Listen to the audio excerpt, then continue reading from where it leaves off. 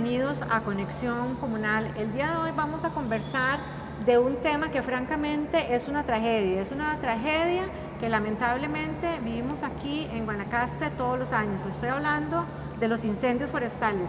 Particularmente vamos a hablar del último incendio que tuvimos aquí en el Parque Nacional Palo Verde hace unos recientes días y que ha sido catalogado como uno de los incendios forestales más agresivos que hemos tenido incluso en los últimos años. Todos los detalles de lo que sucedió en este reciente incendio en Palo Verde los veremos aquí en Conexión Comunal. Bueno, para hablar de este tema tengo el honor, porque realmente para mí es un honor contar aquí en Conexión Comunal con dos autoridades en esta materia, dos funcionarios del SINAC, autoridades en la materia, pero además personas que estuvieron al frente atendiendo esta emergencia. Hablo aquí a mi izquierda de don Celso Alvarado Murillo, director de Áreas Silvestres Protegidas del Área de Conservación Arenal Tempisque. Bienvenido, don Celso. Muchas gracias. Y también tengo el honor de tener aquí en el programa a don Manrique Montes Obando, quien es precisamente administrador del Parque Nacional Palo Verde. Bienvenido, don Manrique. Buenas tardes, mucho gusto. Yo sinceramente les agradezco de todo corazón que sacaran el tiempo en la agenda apretada que ustedes tienen para venir a hablar de este tema, pero sobre todo sensibilizar. Porque como lo decía yo al inicio del programa, este tema de los incendios forestales es una tragedia que vivimos todos los años en Guanacaste, y particularmente este año 2026 arrancó muy violento, ¿verdad? Con muchos incendios, y ahora vemos Palo Verde. Así que entremos en la materia, señores. Y por cierto, yo decía que ustedes son una autoridad en la materia y en la institución. Hablábamos ahora que usted cumple ahora en junio, ¿cuántos años de estar en la institución? 41. De estar en el SINAC. De estar en el SINAC. ¿Y usted, don Manrique? 27 cumplí el pasado 4 de junio. Nada más y nada menos. Así que muchísimas gracias por ese extraordinario trabajo y esa trayectoria. Gracias. Bueno, primero que todo, ya se controló el incendio en Palo Verde, que inició el 28 de mayo, se prolongó por una semana, terminó el 4 de junio. ¿Ya está controlado? Sí, se puede decir que está controlado y prácticamente liquidado por las aguas que han caído estos últimos días prácticamente. Ok, ¿estoy en lo correcto cuando digo que empezó el 28 de mayo? Sí, correcto, a las 4:35 de la tarde. Y duraron una semana controlándolo. Una semana. ¿Cuántas hectáreas finalmente se quemaron? Entiendo que Palo Verde, este parque nacional, son 20.000 hectáreas. ¿De esas cuántas se quemaron? Si manejan el dato aproximado. Sí, no sé si primeramente hablamos de 4.000 hectáreas, pero la última medición anda en 3.700, por ahí más o menos. 3.700 Sí, hay que ajustar algunas cosas ahí con las mediciones, pero por ahí anda. Tal vez es importante agregar que este parque, con esta extensión de 20.000 hectáreas, tiene un porcentaje de aproximadamente el 40% son humedales y el otro 60% son bosque seco, de los últimos relictos de bosque seco que quedan en Mesoamérica, y básicamente son cerros calcáreos. Entonces imagínense, se nos quemó una gran cantidad de esa partecita, sí, que claro, es bosque seco, ¿verdad? Ahí. Sí, justamente estábamos analizando que dichosamente nos quedó un porcentaje importante representado de ese tipo de ecosistema, de humedal, porque no fue todos los humedales que se quemaron, sino un buen sector, ¿verdad? Estamos hablando de casi 4.000 hectáreas, pero hay otra parte que dichosamente no fue afectada. Ok, pero entonces el incendio sí afectó humedal y bosque seco. Nosotros nos propusimos dos cosas. Una, parar el incendio y salvar aproximadamente unas 2.500 hectáreas, 3.000 de humedal. Y lo otro es que el incendio no ingresara al bosque seco. Entonces, ambas las cumplimos. Si bien es cierto, hubo que, como le dijera, agarrar impulso para hacerlo, pero sí, ambas dos las cumplimos. Salvamos una parte del humedal y el incendio no ingresó al bosque. Ok, no ingresó al bosque. No. Tal vez un par de hectáreas, una cosa así, porque sí hubo que trazar rondas Ajá. para evitar el ingreso del Entonces, incendio. sobre todo lo que se vio afectado fue humedal. Sí, Correcto. en su mayor parte. Humedal. Vean, vamos a mostrar precisamente dos videos que muestran la dimensión. La verdad es que no muestran toda la dimensión, sino que en este video se muestra un pedacito donde está el incendio, pero cuando realmente yo siento que estaba como en el pico alto de la emergencia. Entonces vamos a ver dos videos donde se ve este incendio en Palo Verde y ya volvemos para continuar con la entrevista. Cambió de dirección el viento.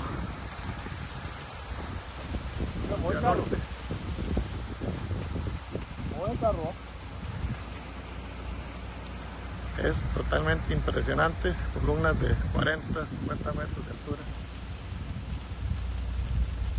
Bien, veíamos esos videos que realmente a mí cuando veo esas imágenes me entristecen, Sí. o sea, realmente me entristecen mucho y yo lo catalogo como una tragedia cuando nos pasan ese tema de incendios forestales acá. Se conoce, se sabe de que la mayoría de los incendios forestales comúnmente son provocados por acción humana, ¿verdad? Sí. En este caso se dice que fue un rayo, ¿lo provocó un rayo? Sí, a esa hora, ese día, el 28 a las 4:30 de la tarde, había una rayería en seco que le llamamos en ese sector. Entonces, hubieron dos cosas simultáneas. Una persona de la sociedad civil vio el humo, se levantó y había un compañero en el lugar también. O sea, el compañero subió a la torre de observación y efectivamente lo ubicó y dice, no hay kit, está adentro. Y esta fue una rayería. O sea, el lugar donde inició el incendio no habían calles, no habían caminos, no habían trillos. Fue exactamente en el centro de un tifal que le decimos, que es una planta invasora que tenemos por ahí. Y ya ha ocurrido en otro momento en Palo Verde incendios por rayos. Sí, claro, en el 2004, 2003, por ahí, hubo uno y estábamos con audiencia. O sea, prácticamente estábamos en el lugar y el rayo cayó inmediatamente el incendio. Entonces, en el 2023, los compañeros también estaban como a 200 metros donde cayó uno. Y una persona que estaba cuidando ganado dice, acaba de caer un rayo y hay un incendio ahí. Entonces, gracias a Dios estaban con el equipo para combatirlo y fue una cuestión rapidísima. Este caso de Palo Verde se dice, yo tengo un dato, me dicen si estoy equivocada, que las llamas se propagaron muy rápidamente, que se quemaban promedio 7 hectáreas por minuto. Sí. Sí, ese tipo de ecosistema tiene esa particularidad que acumula nosotros llamamos, biomasa, pero en términos técnicos más sencillos, podríamos decir que se hace como un colchón de las hojas de esta planta, se llama tifa, que es una especie invasora, pero es una especie nativa. A veces se habla de especies invasoras exóticas, pero en este caso la tifa, el árbol de palo verde mismo y otra planta que le decimos zarza, las tres son especies invasoras, agresivas, pero son nativas. Entonces, el hecho de que tuviéramos esa acumulación, ese colchón de material seco, es lo que hizo que este incendio no solo se propagara tan rápidamente, sino que tuviera, digamos, esa dimensión, esas impresionantes llamas a gran altura, esas columnas de humo que también afectaron poblaciones acá, del lado acá del río Tempisque, y que sobre todo que avanzara de esta forma tan rápida, que no nos permitió a nosotros, inclusive el plan de ingeniería que tenemos, las rondas que tenemos previas para precisamente prevenir estos fuegos, no fueron suficientes. El ancho no fue suficiente porque se propagaban muy rápido y las pavesas podían brincar muy rápidamente estas rondas. Por eso fue que la primera intervención fue basada en maquinaria. Se ocupa maquinaria grande, tractores para que hagan rondas bien anchas y poder trabajar eso, pero la propagación básicamente se dio por el tipo de material, el tipo de combustible, que en este caso eran hojas, ese colchón de... Es el tipo de plantas que había ahí, Sí, ayudó a que eso se propagara tan rápidamente. Es correcto. Sí. El primer día, casualmente, el día del rayo, no había viento. Entonces era posible ver la columna de humo que subía, Vertical. muy vertical, correctamente, hacia el cielo, como dice la gente, ¿verdad? Y el segundo día ya las cosas cambiaron. Entonces el viento empezó a agitarse y era una velocidad gigantesca. Ahí fue donde se quemaron aproximadamente 1.600 hectáreas en 4 horas. Entonces puede imaginarse la velocidad con la que venía ese fuego. Entonces, como mencionaba mi colega y mi jefe, don Celso, esa volatilidad que tiene esa planta hace que el incendio sea agresivo, aunado al viento, aunado al calor, el calor normal, la temperatura ambiente. Entonces son cosas, y la topografía plana completamente. Entonces, el fuego pasó como un rayo, digamos así, y después viene la requema, que es la parte que mencionaba don Celso, de la materia orgánica acumulada, y viene quemando por abajo. Por eso los tractores son indispensables. En un suelo de humedales, los tractores son indispensables. ¿Por qué? Porque se necesita dejar el suelo, valga la redundancia, a suelo mineral. Porque si usted pasa por encima y chapeó o lo que sea, o abre espacios, eso no funciona. El fuego igual va por abajo, como decían los compañeros. Es un fuego invisible, porque usted no lo ve, pero cuando se da cuenta está allá arriba, en un cerro. Qué cosa más terrible, ¿verdad? Yo realmente, y lo he dicho aquí en otros programas, admiro mucho y respeto la labor que hacen personas como ustedes, brigadistas, bomberos, ¿verdad? Gente que se enfrenta a este tipo de situaciones, porque como bien ustedes lo dicen, hay factores que agravan la situación. Entonces de repente ustedes pueden sentir que tienen controlado, por un lado controlado, y de repente cuando ven el fuego allá en la montaña se les ha propagado, ¿verdad? Es muy complicado. Pero entonces tal vez si podemos contarle un poquito a la gente, ante una emergencia como esa de Palo Verde, ¿cuáles fueron las etapas de atención? Por todas estas características que ustedes dicen que tiene Palo Verde, ¿consideran que fue un incendio diferente al que pueden enfrentarse en otros parques nacionales o áreas protegidas? Sí. La misma gente que participó en el evento decía, nosotros nunca hemos estado en un evento de esto. El caso de los compañeros bomberos de Costa Rica, por ejemplo, que han atendido incendios en otro tipo de ambientes, en bosque, en otro tipo de ambientes, charrales o esas cosas. Pero tiene esas particularidades. A ver, los incendios de humedales son específicos. Hubieron 2 etapas, como lo mencionaba don Celso. La anterior era solamente tractores,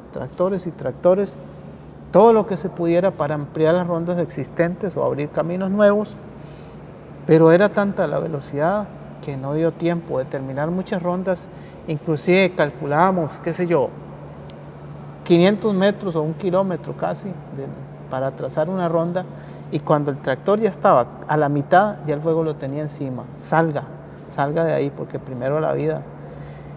Entonces, en ese incendio, y a ver, había mucha gente que siempre cuando hay un incendio en Palo Verde quiere apoyar. La sociedad civil está pendiente, pero no es el momento. El momento es cuando ya el incendio arriba a la parte del bosque.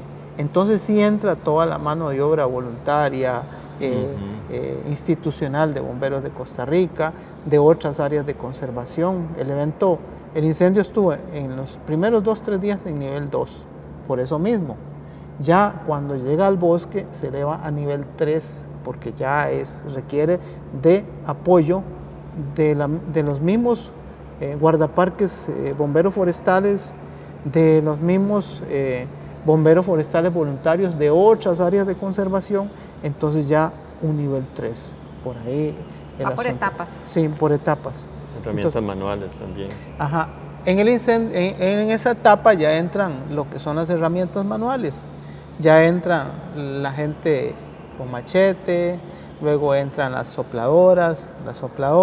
Sí, que precisamente, perdone, eso quiero mostrarle a los televidentes también, unos videitos donde vemos, en este caso creo que son funcionarios de bomberos y también no sé si había del SINAC, donde están como con una sopladora, Sí. un rastrillo y eso, ¿verdad? Entonces ahí, bueno, ahorita mientras conversamos los televidentes lo van a estar Sí, viendo. es lo que le llamamos una combinación de En esa herramientas etapa manuales. ya se apagó el fuego, en esa etapa o todavía no No, se lograba. el fuego venía avanzando lento hacia el bosque. Entonces lo que se trazaron fueron líneas a 2 metros a suelo mineral. Entonces entra la gente con machete que va cortando bejucos y va abriendo espacio. Luego entran las sopladoras.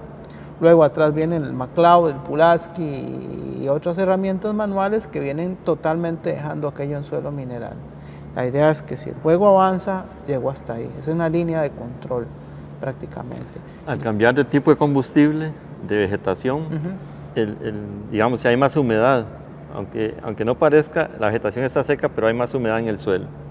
Entonces, como decía don Manrique, ya las rondas pueden ser menos anchas, que son efectivas. No tenemos un material tan liviano y tan flamable como la tifo. Las llamas, ustedes me dicen que, bueno, era impresionante ver. ¿Qué altura alcanzaban las llamas? 5 metros perfectamente. Las llamas. Sí, nosotros, a ver, había una fotografía donde había un chapulín que estaba trabajando con rastra y las llamas superaban al chapulín, 3 metros más o menos de altura. Entonces a eso hubo que decirle, salga, corra de ahí, vámonos, ahí deje eso, ahí. No hay tiempo, pues el fuego venía.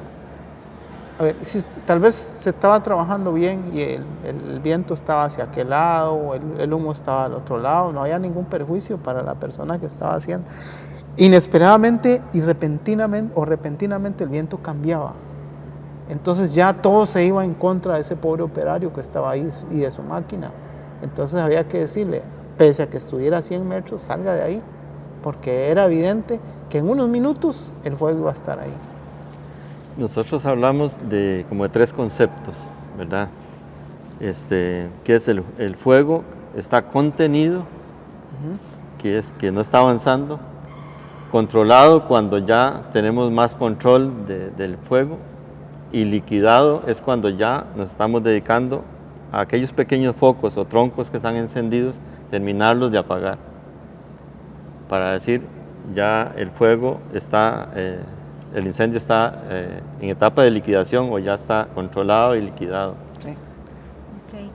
Eso que menciona el compañero don Celso es muy importante, porque mucha gente y la experiencia, digamos, uno dice, no, ya el fuego está liquidado, pero hay troncos encendidos, hay raíces encendidas, y eso puede ser un foco de otro incendio. Entonces, la palabra liquidado significa que ya usted no ve un solo rastro de humo ni hay una sola brasa en el lugar. Y ese es un evento y un trabajo tan duro como el apagar el incendio, porque tienes que recorrer todos los kilómetros de rondas, todos los días, mañana, tarde y noche, especialmente a mediodía hay que estar ahí. Cuando la gente está almorzando, nosotros estamos en el campo porque es el momento en que nosotros decimos se va a torear más, porque la temperatura ambiente es como que ayuda un poquito más y como decimos se toreó. Aquel tronquito que era insignificante, de repente levantó una llama de este vuelo y de repente el viento comienza a tirar pavesas o chispas. Eso es un problema. Quería agregar algo interesante que me parece a mí que es importante que el público lo conozca. Este tipo de humedal son estacionales, o sea, en alguna época del año se secan por completo y en otra época del año mantienen un nivel de agua. Hemos tenido incendios, en este caso fue una parte muy pequeña la que pasó esto, pero en su mayoría hemos tenido fuegos ahí que suena como algo difícil de creer, pero las llamas van por encima del agua, porque la vegetación está seca, y la planta está arraigada, digamos, bajo el agua, la raíz y todo eso, pero por arriba está seco. Entonces allí tiene mucha efectividad una técnica que yo creo que es el único lugar en Costa Rica donde se practica, que se llama el fangueo, que eso es una técnica aprendida de los arrozales, que es el uso de un tractor con ruedas metálicas que van quebrando y metiendo la tifa bajo la columna del agua para que se ahogue. Y esto fue utilizado, tal vez ahora Manrique lo amplía, sí. En este fuego, en las rondas. Sí. Hubo una ronda de 4 kilómetros, que fue la que paró el incendio en Humedal, que esa parte tenía agua. Entonces ya el incendio había pasado la ronda normal, la que tenemos. Tierra, sí. Entonces esa parte tenía agua. Y dije, bueno, aquí es la ronda del fangueo, vámonos. Qué impresionante debe ser ver el fuego sobre Sí, el agua. sí. No se puede hacer casi nada. Ajá, eso no está en los manuales, ni en los cursos de bomberos forestales, ni en los cursos de incendios. Es propio y exclusivo del parque. Es adaptación para hacer las rondas. Entonces se trazó un chapulín con fangueadora en el lugar a 6-7 metros y eso paró el fuego ahí, porque el fuego venía sobre el agua, De hecho, hay fotografías y uno se mete hasta más arriba de la rodilla y todo está quemado por arriba. Entonces la volatilidad de esa planta. Entonces, ¿qué es lo que pasa? Que cuando ese fuego va así, a ras de agua, llega un momento en que llega al bosque y ahí tenemos un problema. O pasa a partes del humedal que están totalmente secas y ahí se vuelven a levantar las llamas de 5 metros de altura y ese es el problema. Pero esa ronda la paramos con ese método.